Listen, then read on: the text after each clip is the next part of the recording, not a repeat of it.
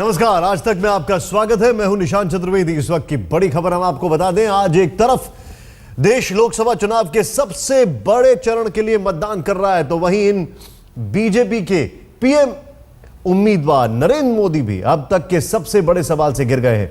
नरेंद्र मोदी ने पहली बार शपथ पत्र में माना है कि वो शादीशुदा हैं और जशोदाबेन उनकी पत्नी है। उस शपथ पत्र के सामने आते ही मोदी सवालों में घिर गए। मोदी का सबसे बड़ा कबूलनामा, मोदी की जिंदगी का सबसे बड़ा सच, कुंवारे नहीं हैं नरेंद्र मोदी, जशोदाबेन है मोदी की पत्नी।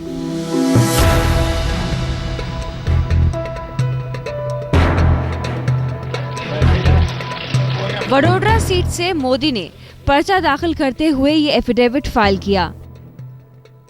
भीड़ की तस्वीरों और समर्थकों के नारों के बीच दिन का उजाला छटा और रात स्याह होने से पहले मोदी के सियासी लबादे से ढका जिंदगी का सबसे बड़ा सच भी देश के सामने आ गया। एफिडेविट में मोदी ने जशोदाबेन का नाम बतौर पत्नी लिखा है। ये भी लिखा है कि पत्नी की संपत्ति के बारे में उन्हें कोई जानकारी नहीं है।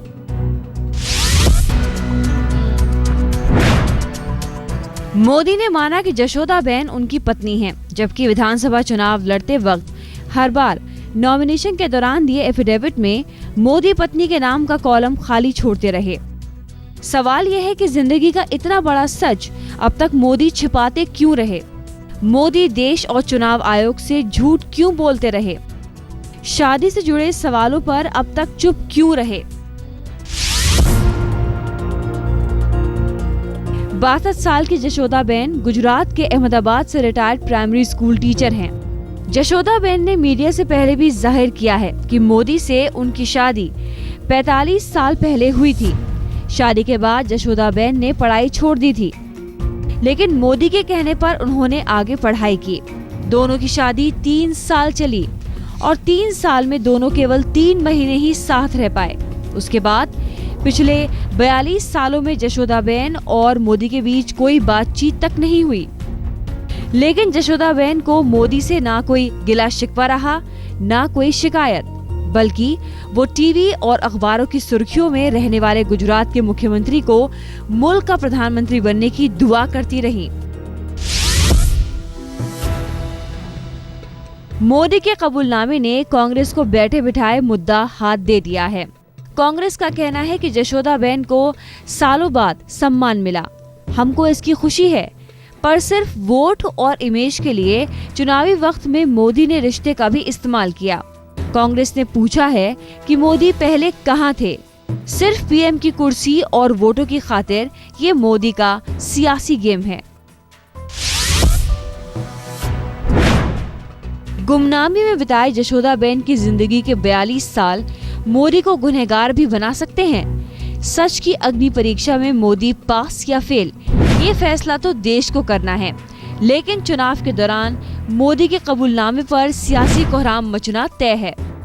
आज तक ब्यूरो। वैसे कौन है जशोदाबेन? एक रिटायर्ड स्कूल टीचर। मोदी के जो गृह नगर है, वार्ड नगर, वहां से करीब 35 किलोमीटर दूर एक गांव में अपने भाई के साथ रहती हैं। वो भाई जिसकी एक परचून की दुकान थी। मोदी की शादी के मसले पर आज तक ने बात की नरेंद्र मोदी के छोटे भाई प्रहलाद मोदी से। हमारी संवाददाता गोपी घांगर से बात करते हुए प्रहलाद मोदी ने माना कि वो मोदी के शपथ पत्र की बातों से इनकार नहीं कर सकते। नरेंद्र मोदी ने कल अपना नामांकन दाखिल किया और नामांकन में उन्होंने बताया है कि वो शादीशुदा है और उनकी पत्नी जशोदाबेन है।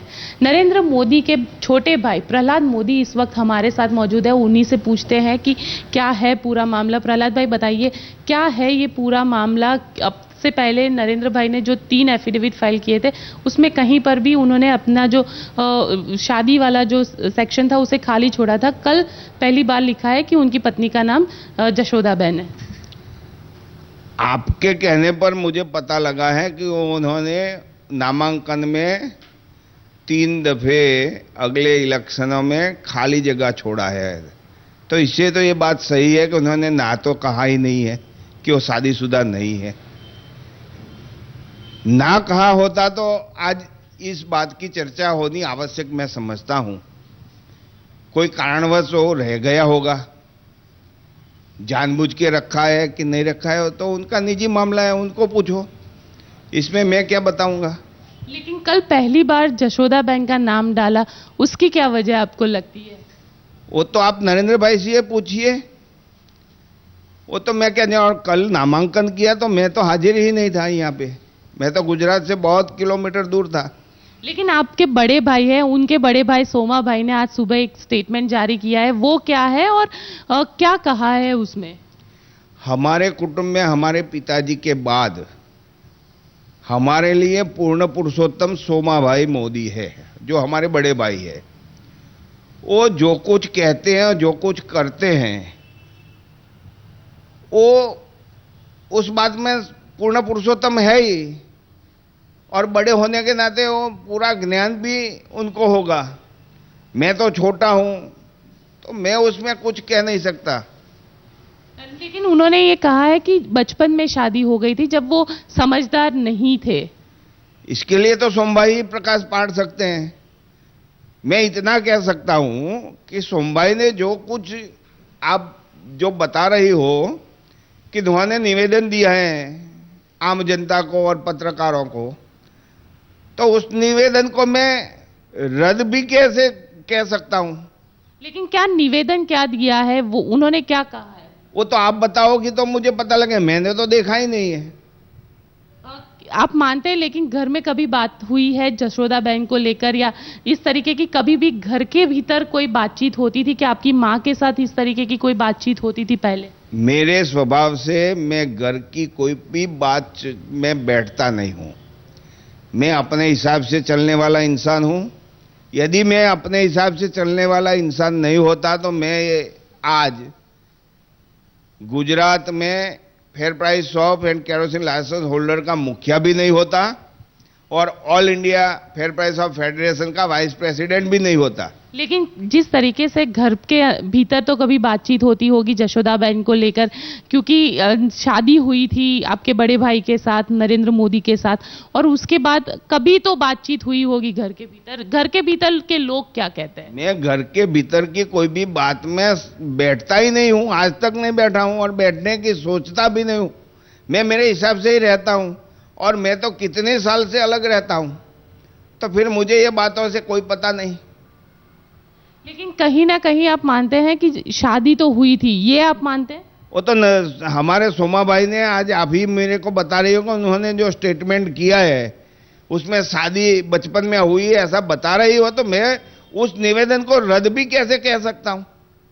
लेकिन ऐसे क्या हालात रहे थे कि नरेंद्र मोदी अपना घर छोड़ के आरएसएस में चले गए, और क्यों वो आरएसएस के साथ जुड़ गए? उनके लिए राष्ट्र प्रेम, राष्ट्रभक्ति, मानव उत्थान यही अपना सोच रहा है बचपन से, और आरएसएस के संस्कार और हमारे परिवार के संस्कारों के कारण उनको जब प्लेटफॉर्म मिला अहमदाबाद आने के बाद, तो उन्होंने ठान लिया कि अब मुझे देश की सेवा करनी हो तो मुझे घर छोड़ना है, और इस सोच को पूरे परिवार ने अनुमोदन दिया और राजी खुशी से उनको विदा किया है। उस वक्त उनकी पत्नी क्या घर पे थी, या मतलब उनकी शादी हो चुकी थी?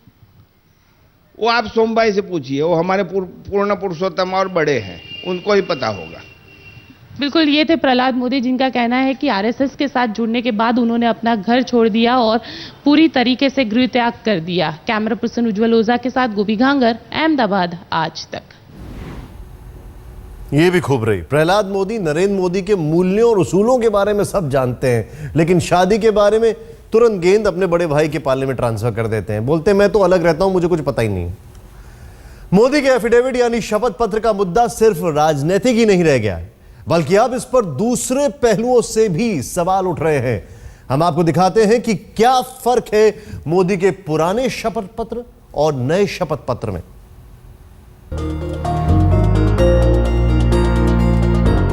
ये देखिए, ये है मोदी के दो अलग अलग शपथ पत्र।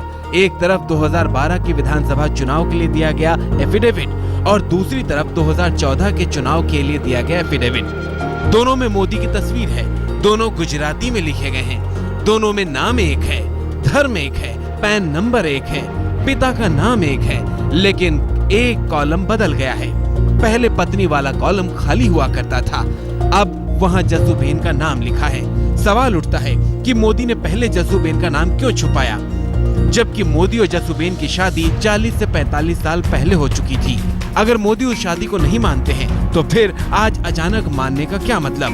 क्या ये मीडिया का दबाव है जिसने बार बार जसूबेन के बारे में खबरें बताई, या फिर ये मोदी के विरोधियों का दबाव है जो लगातार मोदी को महिला विरोधी बता रहे हैं? ये वो सवाल है जो लंबे वक्त तक मोदी से पूछा जाता रहेगा, क्योंकि 2012 की तरह पहले भी हर चुनाव में मोदी ने पत्नी का कॉलम हमेशा खाली रखा था। सवाल ये भी है कि अब अगर मोदी ने दुनिया के सामने मान लिया है कि वो जसूबेन के पति हैं, तो क्या मोदी के विरोधियों का मुंह बंद हो जाएगा, जो गाहे बगाहे मोदी पर इस बात को लेकर निशाना साध रहे थे? आज तक ब्यूरो। इस रिपोर्ट से पहले जो हमने प्रहलाद मोदी का आपको एक इंटरव्यू दिखाया, उसमें बार बार वो गेंद ट्रांसफर कर रहे थे अपने बड़े भाई सोमा भाई दामोदर दास मोदी उनके ऊपर। तो आइए अब देखते हैं कि बड़े भाई साहब का क्या कहना है।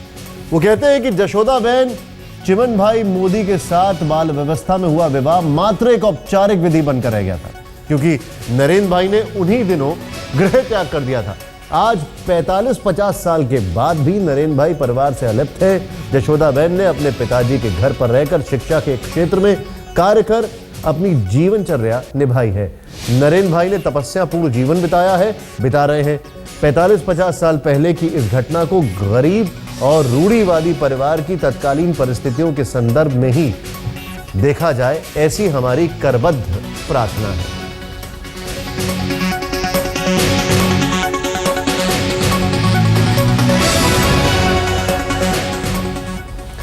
वैसे वो महिला जो अकेले रहीं, वो महिला जिन्होंने सब कुछ अपने आप किया, क्या उनका जीवन किसी तप से कम नहीं होगा? चुनाव आयोग के सामने मोदी ने हलफनामे में पहली बार अपनी पत्नी जसोदा बहन का जिक्र किया है। इससे पहले सभी चुनावों में उनकी वैवाहिक स्थिति का कॉलम खाली रहता था, उस पर सन्नाटा रहता था। मोदी के इस इकरारनामे के साथ ही विपक्ष ने उन पर सवालों की बौछार कर दी है।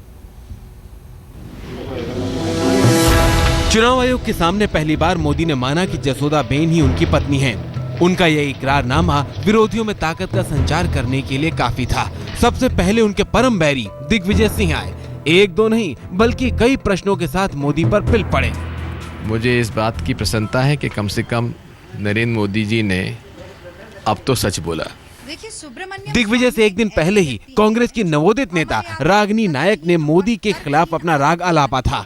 सुब्रमण्यम स्वामी के कैप्टन अमरिंदर सिंह की वैवाहिक स्थिति को लेकर सवाल उठाने से आग बबूला रागिनी ने कहा कि पहले वो अपने पीएम उम्मीदवार नरेंद्र मोदी की वैवाहिक स्थिति साफ करें। और मैं ये भी कहना चाहूंगी कि अमरिंदर जी के ऊपर आरोप लगाने से पहले सुब्रमण्यम स्वामी जी को और भारतीय जनता पार्टी को नरेंद्र मोदी जी के भी वैवाहिक जीवन के बारे में कुछ स्पष्टीकरण जरूर देना चाहिए, क्योंकि वो भी कहीं ना कहीं एसेट डिक्लेरेशन से सीधे सीधे जुड़ा हुआ है।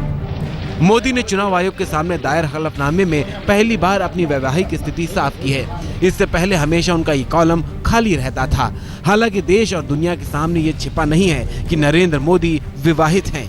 अहमदाबाद से गोपी घांगर के साथ आज तक ब्यूरो। ये वो सच है जिसे ना तो मोदी से कबूलते बना और ना ही खारिज करते, लेकिन वक्त वक्त पर यह सच उनके सामने धर्म संकट बनता रहा। यूं तो मोदी की पत्नी ने मीडिया से बहुत कम ही इस बारे में बात की है, लेकिन हमारे पास कुछ अरसा पहले का उनका एक बयान है जिसमें वो गुजराती में नरेंद्र मोदी को अपना पति बता रही हैं।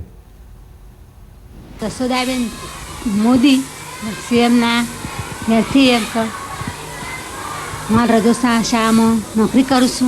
લગ્ન વડનગર મુકામે 1968ની સાલમાં થયેલા છે। કાળા વાસુદેવના ચાચર દામોદર મૂળચંદદાસના સુપુત્ર નરેન્દ્ર કુમાર સાથે મારા લગ્ન થયેલા છે। હું એમની ધર્મપત્ની તરીકે રહું છું। बचपन में मोदी की शादी को लेकर सियासी आफत भले ही मची हो, उनके भाई सफाई दे रहे हैं, मगर बचपन की कुछ घटनाओं को उनके भाई गौरव के साथ भी याद करते हैं। ऐसा ही एक किस्सा है मोदी के मगरमच्छ पकड़ने का। भाजपा को अब रोका नहीं जा सकता, मोदी को रोका नहीं जा सकता। नरेंद्र मोदी सबसे बहादुर हैं। नरेंद्र मोदी का कोई जोड़ नहीं।